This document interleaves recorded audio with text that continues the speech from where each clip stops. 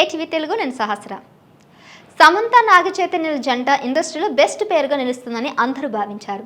కొన్నాళ్ళు బాగానే సాగిన వీరి కాపురంలో అభిప్రాయ భేదాలు తలెత్తడంతో ఈ జంట విడాకులు తీసుకున్నారు. అయితే విడాకుల విషయంలో అభిమానులు రెండు వర్గాలుగా విడిపోయాయి. సమంతది తప్పంటే తప్పు, లేదు నాగచైతన్యది తప్పంటే తప్పు అంటూ సోషల్ మీడియాలో వారిద్దరు యుద్ధమే చేశారనుకోండి. విడాకులపై నాగచైతన్య ఎప్పుడూ మాట్లాడింది లేదు, కానీ సమంత మాత్రం తన సినిమాల విడుదల సమయంలో పరోక్షంగా విడాకులపై స్పందిస్తూ వస్తున్నారు. తాజాగా అందరికీ షాక్ ఇస్తూ నాగచైతన్య హీరోయిన్ శోభిత ధూళపాలతో నిశ్చితార్థం చేసుకున్నారు. నాగచైతన్య, శోభిత ధూళపాల గురువారం సైలెంట్గా నిశ్చితార్థం చేసుకున్న విషయం తెలిసిందే. వీరి నిశ్చితార్థానికి సంబంధించిన ఫోటోలు సోషల్ మీడియాలో వైరల్ కావడంతో అభిమానులు షాక్ అయ్యారు. ఈ విషయాన్ని నాగార్జున అధికారికంగా ప్రకటించారు. నాగచైతన్య రెండో పెళ్లికి సిద్ధమవడంతో సమంత అభిమానులు ఆగ్రహం వ్యక్తం చేస్తున్నారు. ఇదిలా ఉంటే సమంత జీవితం మరో సావిత్రిలా మారిపోయిందనే టాక్ ఇండస్ట్రీలో వినిపిస్తుంది. సమంత కూడా సావిత్రి మాదిరిగానే నాగచైతన్యను ప్రేమించి పెళ్లి చేసుకున్నారు. సావిత్రి జెమిని గణేశన్ మధ్య ఏర్పడిన ప్రేమగా మారడంతో ఇద్దరు పెళ్లి చేసుకున్నారు. వివాహం అనంతరం సావిత్రి క్రేజ్ ఒక్కసారిగా మారిపోయింది. పెళ్ళయ్యాక సావిత్రికి సినిమా ఛాన్స్లు ఎక్కువ రావడం, అప్పట్లో నెంబర్ 1 హీరోయిన్ స్థానానికి ఎగబాగడం జరిగింది. సావిత్రి లేని సినిమా అంటూ అప్పుడు లేదు. సావిత్రి సినిమా ఎప్పుడెప్పుడో వస్తుందా అని 1000 కళ్ళతో ప్రేక్షకులు ఎదురు చూసేవారు. క్రమంగా సావిత్రి పెద్ద స్టార్గా ఎదగడం, చేతి నిండా సినిమాలు ఉండడంతో ఆమె బిజీగా మారిపోయారు. భర్త జెమిని గణేశన్కు సమయం కేటాయించడం తగ్గిపోయింది.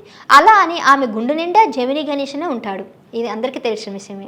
ఇక సావిత్రి ఒక స్టార్ హీరోయిన్గా మారడం, ఇండస్ట్రీ మొత్తం సావిత్రి వెనకాలే ఉండడం, ఎటు చూసిన సావిత్రి పేరు జపించడం చూసిన జెమిని గణేశన్ ఓర్వలేకపోయాడు.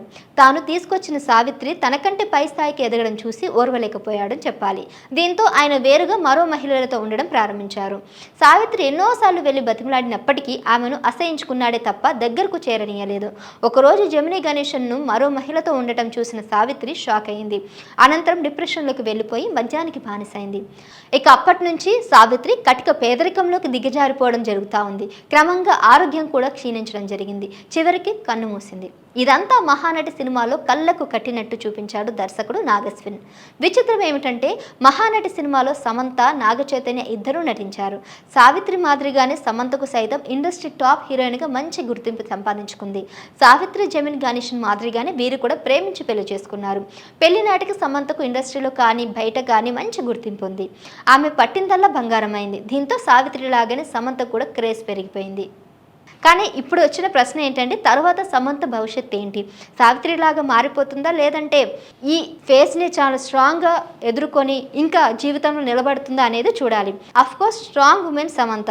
అయితే ఇదంతా పక్కన పెడితే ఇప్పుడు సమంత భవిష్యత్తు ఏంటి అనే ప్రశ్న మొదలైంది ఫ్యాన్స్లో. ఎందుకంటే సావిత్రిలాగా సమంత జీవితం కూడా అవ్వబోతుందా ఫ్యూచర్లో అంటే దానికి సమాధానం లేదు. ఎందుకంటే సమంత ఈ మధ్యన ఏ సినిమాలు కూడా చేయట్లేదు.